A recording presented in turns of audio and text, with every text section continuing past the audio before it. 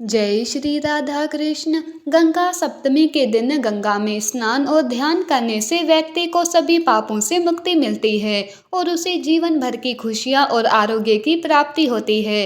साथ ही इस दिन किए गए दान और पूजा से अनंत पुण्य की प्राप्ति होती है, जो जीवन को संपूर्ण और सुखमय बनाता है। गंगा सप्तमी का पर्व हिंदू धर्म में अत्यंत महत्वपूर्ण माना जाता है। ये दिन विशेष रूप से गंगा नदी के अवतरण की घटना से जुड़ा हुआ है, जब मां गंगा स्वर्ग से धरती पर आई।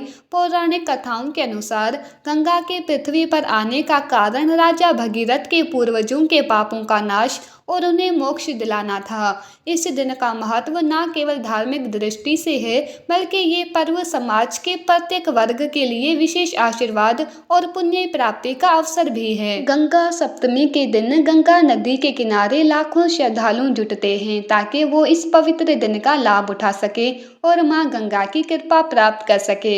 ये दिन विशेष रूप से उन लोगों के लिए भी महत्वपूर्ण होता है जो मोक्ष की प्राप्ति की इच्छा रखते हैं। अब आइए जानते हैं गंगा सप्तमी की तिथि, शुभ मुहूर्त, कथा और महत्व के बारे में। वैशाख माह के शुक्ल पक्ष की सप्तमी तिथि आरंभ 3 मई 2025 प्रातः 7:51 पर। वहीं इस तिथि का समापन होगा 4 मई 2025 प्रातः 7:18 पर। उदया तिथि के अनुसार गंगा सप्तमी का पर्व 3 मई 2025 को मनाया जाएगा। गंगा सप्तमी के दिन स्नान, दान, पूजा के लिए शुभ मुहूर्त 3 मई 2025 प्रातः 10:58 से दोपहर 1:38 तक। शुभ मुहूर्त की कुल अवधि है 2 घंटे 40 मिनट। गंगा सप्तमी का पर्व हिंदू धर्म में अत्यधिक महत्वपूर्ण है और उसे गंगा जयंती भी कहा जाता है। ये दिन विशेष रूप से मां गंगा के धरती पर अवतरण की याद में मनाया जाता है। पौराणिक कथाओं के अनुसार राजा भगीरथ की तपस्या के फल स्वरूप मां गंगा स्वर्ग से धरती पर आई ताकि वो उनके पूर्वजों के पापों को धोकर उन्हें मोक्ष दिला सके। इसी दिन मां गंगा का पवित्र जल धरती पर आया था, जिससे न केवल धार्मिक शुद्धता प्राप्त होती है, बल्कि ये दिन आध्यात्मिक उन्नति का भी प्रतीक है। गंगा सप्तमी के दिन गंगा नदी में स्नान, पूजा और ध्यान करना अत्यधिक पुण्यकारी माना जाता है। इस दिन किए गए स्नान से सभी पाप धुल जाते हैं और व्यक्ति को आध्यात्मिक शांति मिलती है। इसके अलावा इस दिन दान करने से भी अपार पुण्य की प्राप्ति होती है, जो जीवन में समृद्धि और सुख लाती है। गंगा सप्तमी का महत्व केवल आध्यात्मिक नहीं, बल्कि सामाजिक भी है। इस दिन लोग गरीबों और जरूरतमंदों को दान देते हैं, जिससे समाज में परोपकार और सहयोग की भावना प्रकट होती है। साथ ही इस दिन किए गए कर्म व्यक्ति के जीवन में सकारात्मक बदलाव लाते हैं और उसे जीवन भर के संकटों से मुक्ति दिलाते हैं। अब बात करते हैं मां गंगा की पूजा कैसे करें। सबसे पहले पूजा स्थल को स्वच्छ करें और वहां गंगा जल, चंदन, दीपक, अगरबत्तियां, फल, फूल और मिठाइयां रखें। यदि गंगा जल उपलब्ध हो तो उसका उपयोग करें।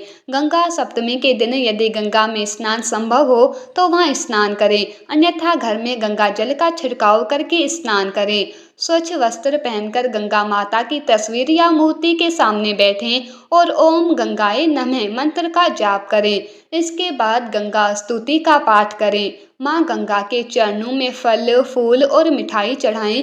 ये उन्हें श्रद्धा भाव से अर्पित करें और आशीर्वाद प्राप्त करें। गंगा आरती का आयोजन करें और जय मां गंगे मंत्र का जाप करें। दीपक से आरती करें और वातावरण को शुद्ध बनाएं। इस दिन दान करना अत्यधिक पुण्यकारी माना जाता है।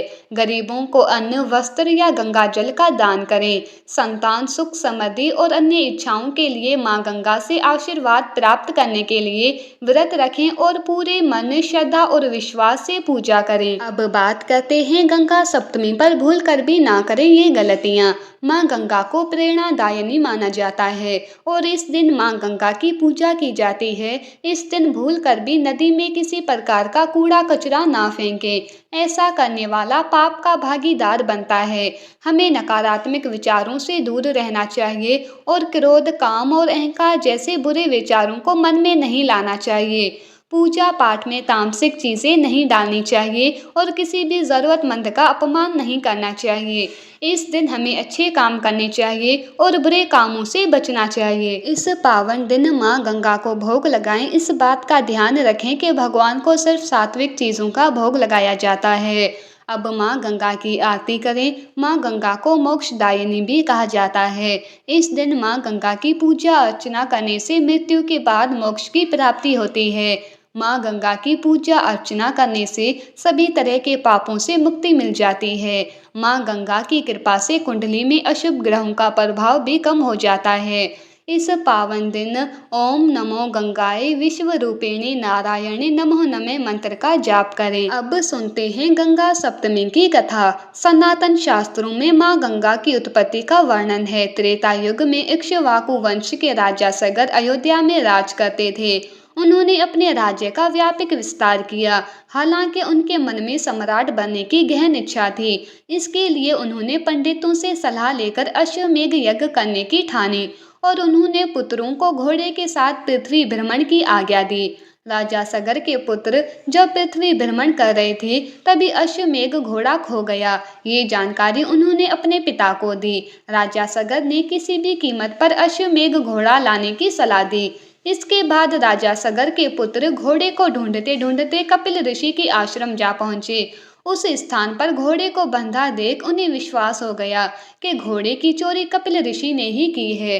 राजा सगर के पुत्रों ने कपिल ऋषि को ललकारा और अपमानित भी किया। उस समय कपिल ऋषि क्रोधित हो उठे और तत्क्षण राजा सगर के पुत्रों को भस्म कर दिया। ये जानकारी जब राजा सगर को हुई उस समय राजा सगर ने अंशुमन को ये कार्य सौंपा। अंशुमन अश्वमेध घोड़ा लाने में सफल हुआ। साथ ही पितरों को मोक्ष दिलाने हेतु उपाय भी जाना। उस समय कपिल ऋषि ने कहा, माँ गंगा ही उनके पितरों का उद्धार कर सकती है। हालांकि राजा सगर ने अपने पुत्रों को मोक्ष दिलाने के बजाय अश्वमेध यज्ञ किया। इसके बाद अंशुमन को सत्ता सौंप राजा सगर तपस्या हेतु वन चले गए। कालांतर में अंशुमन समेत उनके पूर्वजों ने पितरों को उद्धार दिलाने हेतु माँ गंगा की कठिन तपस्या की। इसमें किसी को सफलता नहीं मिली। कालांतर में राजा दिलीप ने पुत्र भगीरथ ने राज्य त्याग कर हिमालय पर माँ गंगा की तपस्या की। भगीरथ को इस कार्य में सफलता मिली। अनंत माँ गंगा धरती पर अवतरित हुई। हालांकि माँ गंगा के वेग को रोकने हेतु भगवान शिव ने अपनी जटाओं में उन्हें समेट लिया। तब भगीरथ ने दोबारा माँ गंगा की तपस्या की। उस समय माँ गंगा ने भगवान शिव की तपस्या करने की सलाह दी। भगवान शिव को प्रसन्न करने के बाद भगीरथ को पितरों को मोक्ष दिलाने में सफलता मिली। इसी समय गंगा के वेग से जनहु मुनि की यज्ञशाला बह गई। तब जनहु मुनि ने गंगा नदी अपने में समाहित कर लिया। इस समय भी भगीरथ को जनहु मुनि की तपस्या करनी पड़ी।